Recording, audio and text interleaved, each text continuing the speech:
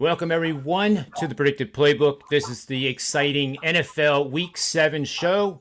As you can see, I have Rocky Atkinson, Don Buster, and Jesse Schule in the house to join me and break down many games here in quick-hitting fashion. You're going to get a lot of powerful betting advice here. We are 31-10 against the spread as a panel of experts. Sorry about that. So without further delay, let's get right to it. We're going to start with Jesse Schule, and we're looking at the Tampa Bay Buccaneers as they take on the Bears from Chicago. The Bears are the road team, 3-3 on the season, surprisingly. The Bucs are 5-1, 3-0 at home, and that's no surprise. This will be taking place at Raymond James Stadium in Tampa, Florida, with a temperature at game time expected to be 88 degrees. Tampa Bay comes into this game as a 12.5-point home favorite with a total of 47. I believe, Jesse, you have a prop bet here on a player or two. Roger that, John. I'm looking at the quarterback for Chicago, Justin Fields, and I really believe this is just a terrible matchup for the Bears. We all know that the Bears like to run the ball, and Justin Fields is not the most accurate passer in the NFL. He's flirting with a 50% completion percentage. On the year, he's thrown for 632 yards, 2 touchdowns, and 3 picks. The Bucs defense is not actually very good against the pass, so that might allow the Bears to really step up their passing attempts. However, the Bucs defense is number 1 in the NFL against the run. They're only allowing 55 yards per game, which is terrible for the Bears, terrible for Fields, really puts the pressure on him. He's going to have to pass the ball to have any success, and that could lead to disaster. The Bears ran for 188 yards in their win over Detroit. They ran for 143 yards in their win over Las Vegas, and they ran for 140 yards in their loss at home to Green Bay.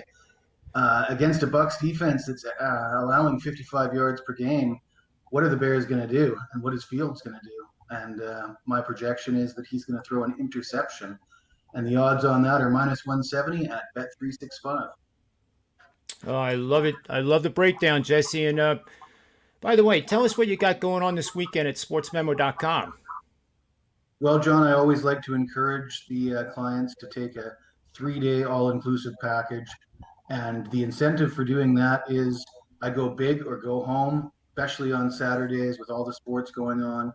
And for those of you who don't know me, I have some really good records with both CFL and soccer, 2 sports that are often neglected.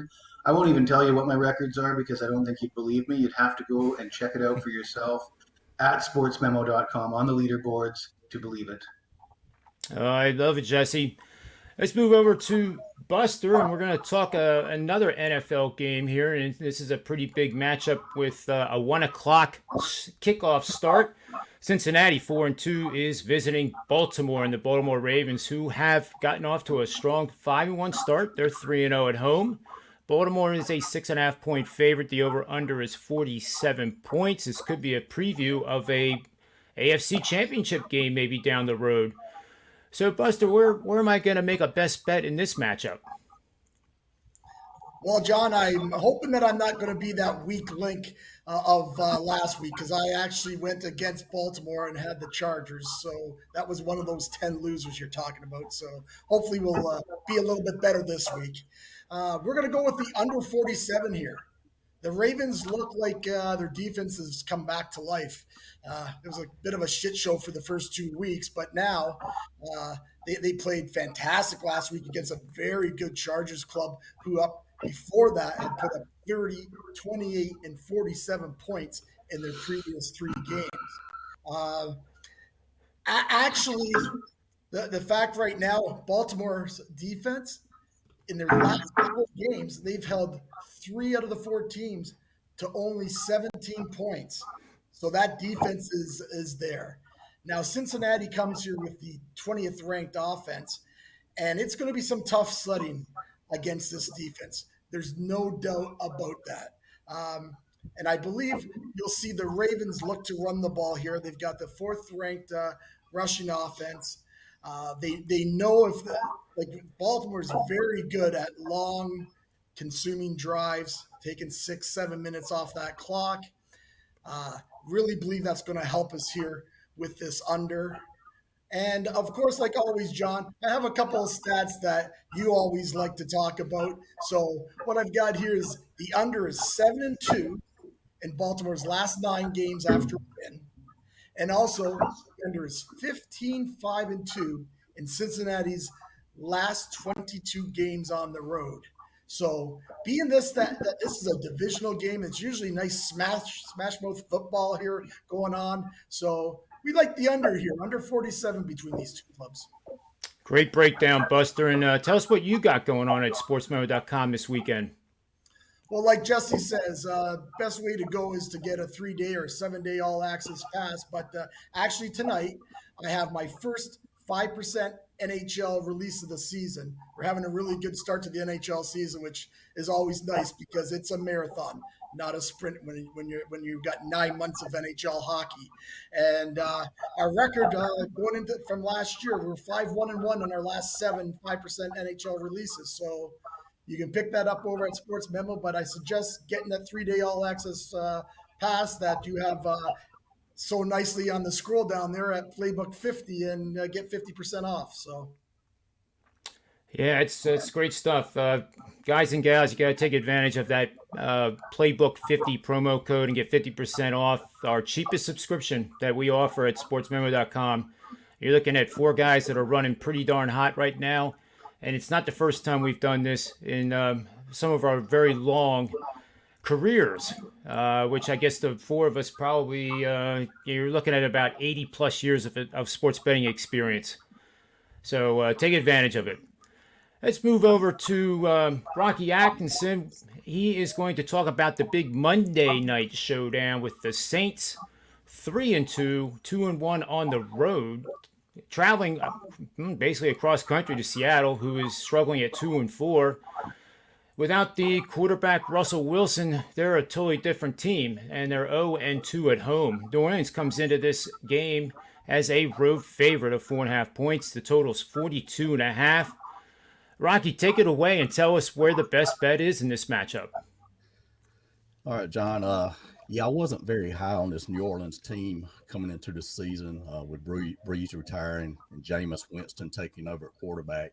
But they came out blazing. They crushed Green Bay 38-3 in their opener. This is a team that's scoring 25.4 points per game overall this year, 26.5 points per game on the road this season. The Saints are only allowing 16 points per game on the road this year, where they are 3-1 straight up away from home. And going back the past 3 years, they are 15-4 straight up, 14-5 against the spread when playing on the road. The Seattle defense hasn't been that good this year, allowing 292.3 passing yards per game and a whopping 433.2 total yards per game this season. Seattle's allowing 24.8 points per game overall this year, 29.5 points per game at home this season.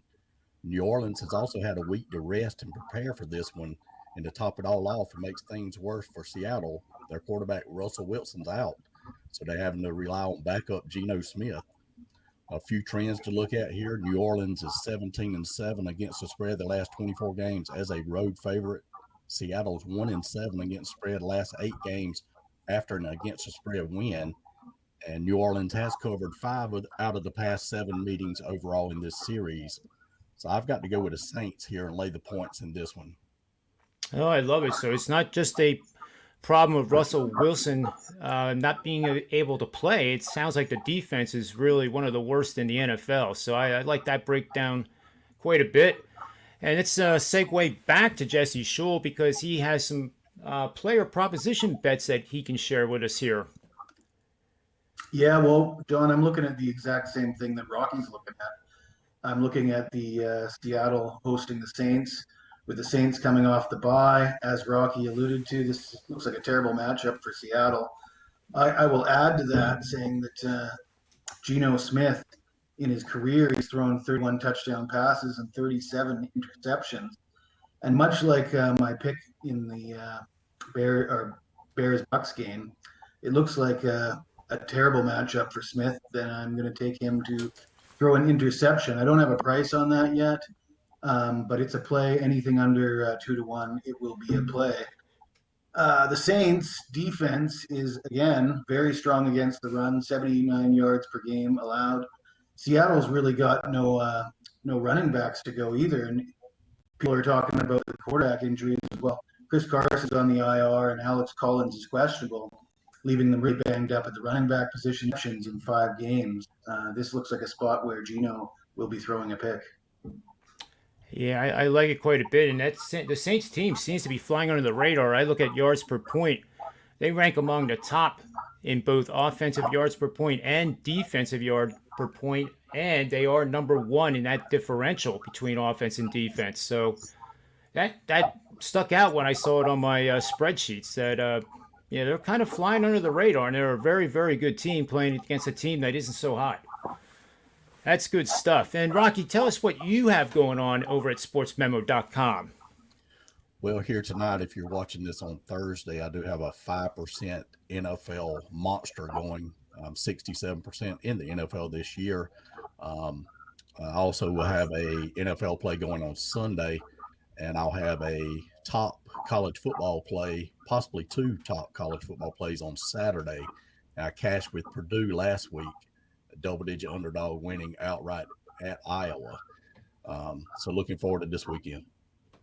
Yeah, that's good stuff. Good stuff. Now I guess it's my turn to give out a pick here. I'm looking at Kansas City and Tennessee. This is a 1 o'clock start. Kansas City's 3-3 on the road at Tennessee, 4-2. Kansas City has been off to a rough start, really. They're lucky to be 3-3. I guess you can make a case that they could be 5-1, but they could have also been 2-4 quite easily. But I see this game as a bit of a mismatch with Kansas City starting to come into their own, and that's scary for the rest of the teams that are on their schedule and have to face them. But one of the things I wanted to mention here was a betting angle where you're gonna bet on favorites, including pick'em, that are on the road, that are facing a team that is coming off 3 or more consecutive overs, and is a good offensive team in their own right, scoring 24 or more points per game, which Tennessee does. That set of parameters has gone 37-11 over the last 5 seasons, and that's 77% winning bets against the spread. It's made the dime better a profit of $24,100, or the $100 better has made $2,410. And 46% of these games have covered the spread by 7 or more points. So I think Tennessee is in a terrible spot, coming off the big game last week. And lastly, over the last 3 seasons, that set of parameters has gone 23-6 against the numbers. So I like Kansas City quite a bit here. I might also add that Kansas City over the last 10 seasons is 28-12 against the number when on the road and facing a defensive team that's allowing 24 or more points per game.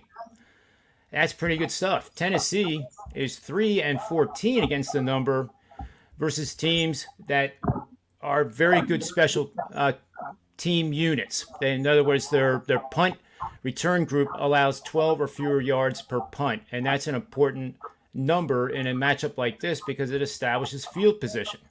So, end of the line, I like Kansas City quite a bit. And I have some stuff going over at sportsmemo.com. It's a big weekend. I will have a 5%er coming out on Saturday. The last one I had was a 10-unit play, actually. It was my SEC game of the month, and it was on Texas A&M, who upset that team from Alabama called the Crimson Tide. So I'm looking at another game that is equally exciting. It is a double-digit dog. It's in one of the Big 5 conferences, and that's all I'm going to tell you. You're going to have to go over to sportsmemo.com and take advantage of the discounts and get on board. So let's see. I think that just about wraps it up. So again, I'm emphasizing this. The subscription flash sale that's been scrolling down at the bottom of the page. 50% off, guys and gals, for a 3-day all-access subscription. No matter what the regular price is, it's 3 days. It's not going to be much for the regular price, but Sports Memo is making it easy for you guys to give us test drives if you have never had a subscription from any one of the four of us. All I can tell you is that it's so cheap, and you're going to get some of the most and best quality research that backs these plays. We're not just giving you the pick or the team. We actually give you the meat and potatoes behind it, which gives you some knowledge and also gives you confidence that we know what the hell we're doing. It's not an easy thing to hit 65% or, like Rocky said, 68% in the NFL.